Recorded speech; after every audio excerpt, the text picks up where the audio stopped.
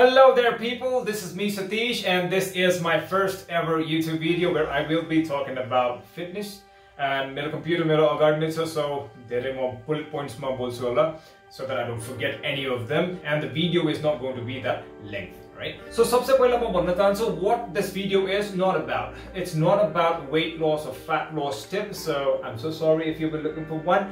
But what this video is about is about health condition that I had to go through during my weightlifting life. So before I tell you about my health condition, I want to tell you that I used to weigh 85 kgs and now I weigh somewhere around 72 kilos, right? So around 13 kgs go lost pounds. When you lose that amount of weight, one thing is for sure that you're going to get asked that alright, so many questions. But अब म के भन्न चाहन्छु त्यति बेला मैले कहिले पनि भन्न पाएन मेरो हेल्थ कन्डिसन के थियो भनेर मलाई केले सताइरा थियो भनेर but now I am going to tell you guys that मैले every time lift गर्दाखेरि मलाई piles भइरहेको, right? You heard it right, piles. हाम्रो boys पनि भन्छ त्यसलाई. I would say this is a health condition. A health condition meaning के हो भन्दाखेरि तपाईलाई अलिकति unease feel हुने or let's say you cannot enjoy your life kind of feeling like health condition भन्छ भने चाहिँ yes I was going through a health condition. अब यसको बारेमा मैले किन खुलेर भन्न सकिन भन्दाखेरि it's kind of a little bit हुन्छ नि अलिकति हाँसउठ्दो खाले रोग पनि भन्छ मान्छेले किनभने धेरै जस्तो मान्छेको रियाक्सन देख्दाखेरि नै थाहा हुन्छ कि okay this is kind of awkward भनेर. But most prevalent the one, but it is kind of somewhere there in around 10 to 15% of people who go to gym. तर तिनीहरुले खुलेर भन्न मात्रै सकिराको हुँदैन के. सबैलाई भन्ने खाले कुरा पनि हैन अनि त्यो भनेर केही फाइदा पनि छैन एक्चुअली. यो हुन साथै मैले चुप लागेर बसेको पनि हैन. मैले एक्चुअली यो फिटनेस इन्डस्ट्रीमा मैले जति जना चिनेको छु उहाँहरु सबैलाई सोधेकै हो. मैले नाम लिनु पर्दाखेरि चाहिँ नि मोहित कार्की हाम्रो डाक्टर स्ट्रेन्थ उहाँलाई सोधेथे. सुखदेव दाइलाई सोधेको थिएँ मैले विपक्षी तुलादर थियो मेरो साथी उनलाई सोधेको थिएँ मैले and she asked one of her friend who happened to be a trainer in US I guess उनलाई पनि सोधे but he was kind of जवाब दिन सक्ने भइरहेको थिएन. So अब I cannot expect every fitness professionals or people who are into fitness कि कुरा जान्नु पर्ने भन्ने पनि छैन. So I felt very alone, very left out कि okay मै मात्रै रहेछु क्या हो यो यसबाट गुज्रिने भन्ने खाले टाइपको भएर थियो. बट जिम भित्र मैले कसैलाई सोध्दाखेरि चाहिँ नि there were few people who were going through it, okay? And मेरो यो पहिलेदेखिको प्रब्लम हो and even मैले रोडीज पनि जोइन गरेको थिएँ and रोडीजमा one of the final tasks was हुन्छ नि 10 वटा डल्ले खुर्सानी खानुपर्ने टास्क थियो. त्यति बेला पनि मेरो यो कन्डिसन एकदम बल्झेको थियो क्या. It went worse भनौँ न. तर मैले कहिले पनि त्यहाँ खुलेर त्यहाँ टिमहरुलाई or anybody मैले कहिले पनि भन्न सकिन because I knew that what kind of reaction I would get or let's say यो useless नै हुन्छ भनेर. And that task was around let's say कति टाइममा पो सिद्धा थिए मैले around let's say max 45 minutes जति लागेको थियो होला त्यो.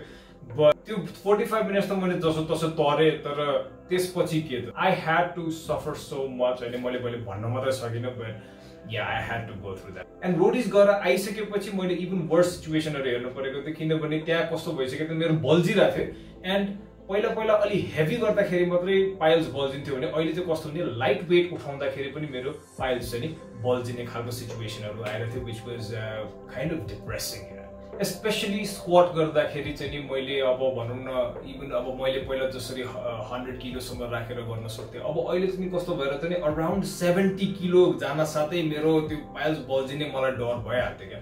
एउटा त मेन्टली पनि इफेक्ट गरिसकेको थियो मलाई हैन. If you feel like it's going to happen then it will happen भन्ने खाले कुरा पनि भइसकेको थियो एकछिन पछि त. अब दुईटा कारण लिने हो मेरो मसल लस र बडी वेट लसको भन्दाखेरि चाहिँ नि एउटा लिन्छु म मेरो हेल्थ प्रब्लम अनि अर्को चाहिँ एउटा पोलिटिकल कन्डिसन. हाम्रो अब लकडाउन भयो धेरै हैन 1 वर्ष 2 वर्षै लकडाउन भयो भने चाहिँ मैले त्यति I had to stay away from the resistance training and मलाई कस्तो भने नि एउटा रेजिस्टेन्स ट्रेनिङसँग लभ हेट रिलेसनशिप भइसकेको थियो क्या. And more it was more towards hate किनभने एभ्री टाइम म लिफ्ट गरिरहेको छु मलाई पाइल्स भइरहेछ you know. And piles is not like ल म 1 घण्टा 2 घण्टा त प्रेस गरौँला हैन त्यहाँ जिम भित्र छ म जसो जसो प्रेस गर्छु. तर what about the life after the gym म घरमा आउँथे एन्ड सो अनइजी म हाँस्न पनि नसक्ने cheerful हुन नसक्ने. So those kind of problems occurred. So I felt like okay, I need to stay away from this resistance training जस्तो भएको थियो मलाई. And त्यति बेला लकडाउन पनि भयो. So I felt like okay, अब चाहिँ म हुन्छ नि रेजिस्टेन्स ट्रेनिङ गर्दिन I will shift my training towards more like cardio okay cardio गर्न थाले त्यसपछि बडी वेट एक्सरसाइजहरु गर्न थाले and then what happens in the absence of resistance training is like it's not getting extra weight your body is not getting that extra tension हैन अनि त्यो गर्दाखेरि तपाईको त्यो ग्रो हुने त्यति सारो लेभलमा हुँदैन of course it's the body weight exercises are going to keep you fit and of course your cardiovascularity is going to be like top notch तर still पनि resistance training has its own benefits त्यसको पछि कुरा गरौँला but अहिलेको लागि चाहिँ yeah those were the things I had to go through and that's that and अहिले भन्नु पर्दाखेरि मेरो हेल्थ कन्डिसन एकदम राम्रो भइराको छ and म अहिले रेजिस्टेन्स ट्रेनिङ गरिराको छु I'm back to the gym and lifting weights हैन अलिकति हेभी पनि भइराको छ but त्यो कन्डिसन भोग्नु परेको छैन भनौं न हैन there is a book written by Chetan Bhagat 3 mistakes of my life म चाहिँ के भन्छु भने 3 mistakes of my weightlifting life alright so first mistake चाहिँ मेरो के भन्दाखेरि lifting too heavy too quick alright so there is a principle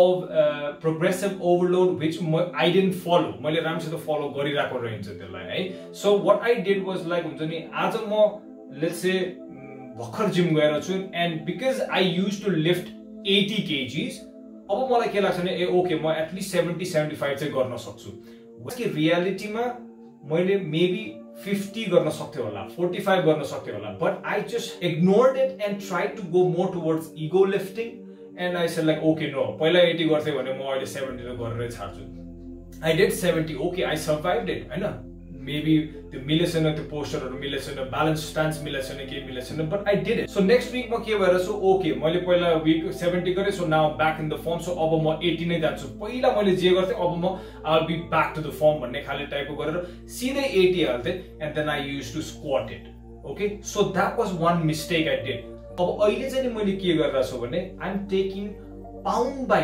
pound alright so अहिले चाहिँ नि मैले नयाँ प्रोग्राम्स फलो गरिरा छु where I train a part of my body twice a week अनि त्यसमा चाहिँ नि मैले 2.5% of the overload every week बढाइराको छु and if not I go back to the basic 2.5 बढाउन सकिन्छ भने बढाउने if सकिँदैन जस्तो लाग्छ भने going back to the same way that I did previous week so that is what I've learned now second mistake is I used to have a lot of protein त्यति बेला है मैले कस्तो भने I'll tell you मैले त्यति बेला almost like 30 eggs a day पनि खान्थे 20 egg whites and 10 like whole eggs okay and then 200 gram of chicken in the lunch and 200 gram of fish in dinner है मैले त्यस्तो भएर थियो प्रोटिन को मात्रा चाहिँ नि बढिरहेको थियो but I had very less focus on vegetables right vegetable nuts यिनीहरुमा चाहिँ मेरो ध्यान एकदम कम जान्थ्यो but now what I've learned is like I need to level up my fiber as well so okay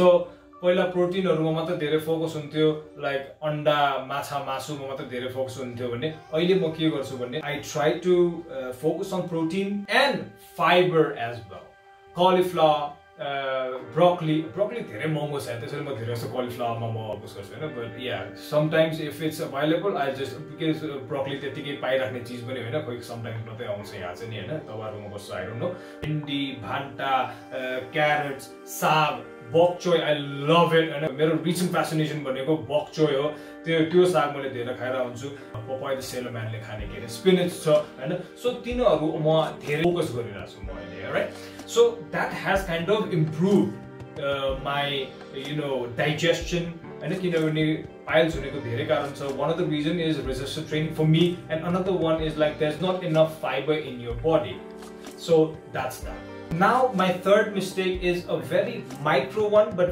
very important right microcycle तपाईको जुन पनि यो सेटहरुको बीचमा रेस्ट लिन्छ नि that used to be very short म मानौ करिबन पनि 80 to 85% of my rep max को गरिरा छु हेभी गरिरा छु बट मेरो रेस्ट कस्तो हुन्थ्यो भने 1 मिनेट 1.5 minute रेस्ट लिइसकेपछि त मलाई कस्तो लाग्थ्यो मैले पापै गरिराको किनभने I'm losing my gains जस्तो फिल हुन्थ्यो के Now as I've been following a very good program म अहिले करिबन पनि 4 minutes सम्म पनि रेस्टमा बस्न सक्छु के mostly 3 minutes after a heavy set but if necessary I try to extend my rest up to 4 minutes so yes that has kind of helped me a lot and then especially म leg day मा चाहिँ पिरो खादिन mostly fiber up हुने भनेको मेरो leg days मै हो alright and एकदम adequate rest rest of between sets the bhayalyo, but after you come home, you try to relax as much as you can and then you sleep on time. That is another thing. I used to wake up at around 4 o'clock in the morning after sleeping about 6 hours.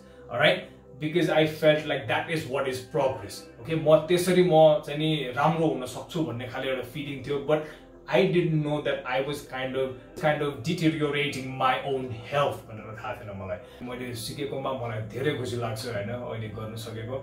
That's it. I'll just try to sum this video up. I hope you enjoyed it, and maybe next video म चाहिँ मेरो hair loss को बारेमा पनि भन्न सक्छु. Let me tell you that पहिला म पुरा man bun बनाएर हिँड्ने मान्छे हैन, and now my hair doesn't grow. त्यसको मिस्टेक्सहरु पनि मैले थाहा पाइसके why भनेर, and few of my friends, they have helped me हैन, कहीँ इन्फर्मेसनहरु लिइराख्छु. And yes guys, another thing is like research गरिराख्नु है, नयाँ नयाँ हेरिराख्नु. Don't just go with the flow. के मान्छेहरुले ए तेल नलाएर चाहिँ कपाल नबढेको, and then मान्छेहरुले हेलमेट लाएर कपाल नबढेको यस्तो भएर. So there are so many facts. म त्यो hair loss को बारेमा त म maybe next video मा भन्न सक्छु होला. I don't know. I'll just try to have a look. भन्न सक्छु भने. If not, then it's going to be something different. All right. So that was it. Yeah. How are the plants? I did it for the video. Hope you liked it. Ciao.